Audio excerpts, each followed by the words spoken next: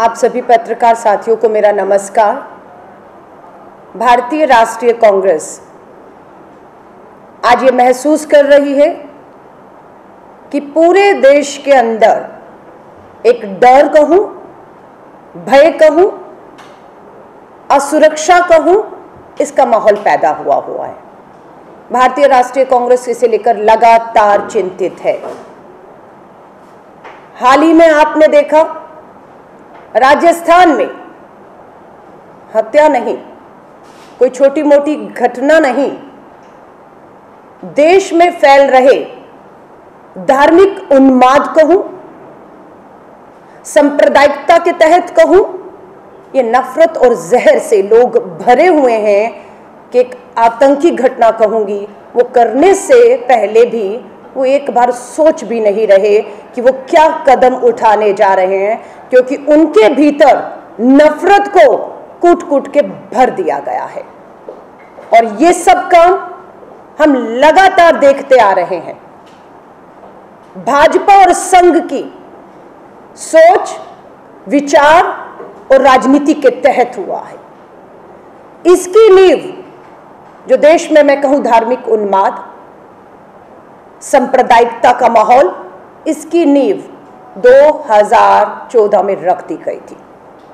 आज 2022 में उदयपुर की आतंकी वारदात के तौर पर हमारे सामने आ रही है। भारतीय राष्ट्रीय कांग्रेस इसे लेकर बेहद चिंतित है।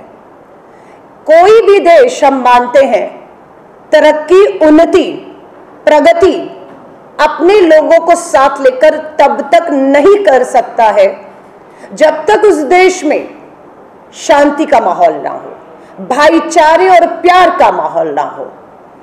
आज हम सुन रहे थे देश की वित्त मंत्री एफडीआई पर बात कर रही थी। विदेशी निवेशकों को देश में बुलाने की बात हो रही है। एफडीआई कोई जादू की छड़ी नहीं है कि आप घुमाएंगे, निवेश आ जाएगा, देश की अर्थव्यवस्था, रुपया संभल जाएगा। आपको माहौल बनाना है। सच्चाई यह है कि आज जो एफडीआई है उसका बाहर के निवेशकों के लिए मतलब हो गया है, एफ मतलब फियर, डर, डी मतलब डिसेप्शन, धोखा, आई का मतलब इंटिमिडेशन, धमकी। आपके लिए एफडीआई फॉरेन डायरेक्ट इन्वेस्टमेंट है, पर जो इन्वेस्टर है उसके लिए ये डर और ये जो माहौल है उसे रोक रहा है। यही नहीं, मैं नहीं कह रही हूं, अभी हाल ही की हेनले ग्लोबल सिटीजन रिपोर्ट आई है 2022 की। उसके मुताबिक देश के 8,000 अमीर और व्यापारी जिन्हें देश में निवेश करने की उम्मीद की जा रही थी, वो देश छोड़ने के लिए सरकार को आवेदन दे रहे हैं। मात्र इस एक साल में 8,000 पूंजीपति व्यापारी, छोटे, जिनसे उम्मीद थी देश में रोजगार लाने की, उन्होंने देश के बिगड़ते माहौल और व्यापार के लिए सुरक्षित माहौल न मिलने के कारण आवेदन दिया है।